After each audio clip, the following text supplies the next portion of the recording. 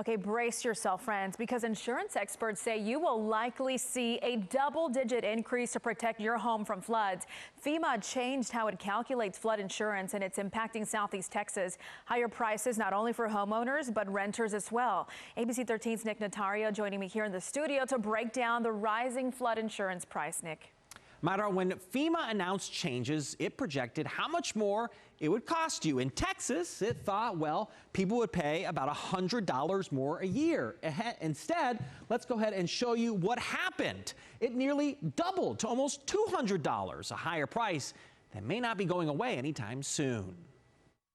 If your home were to get hit with floodwater, you won't be covered unless you have flood insurance. Your typical homeowners insurance policy does not cover flood, and 60 to 65% of flooding events actually happen in low-risk areas. A peace of mind that is more expensive than ever.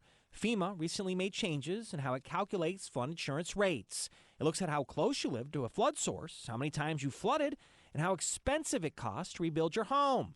If you don't like the price this year, you probably won't be happy next year either. We probably will see increases going into the next year or two until this thing kind of steadies out. The thing being the cost to rebuild. Because of inflation, those materials are more expensive.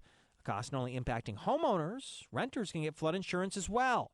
Protection insurance experts say is more expensive than last year. Even if you don't own your home, if you're a renter or a tenant, it's a really good idea to look into a flood insurance policy. It's actually going to be a little bit less for you because you don't own the home. Protection that costs you more, but it beats the alternative. Without it, you could be stuck paying out of pocket to rebuild.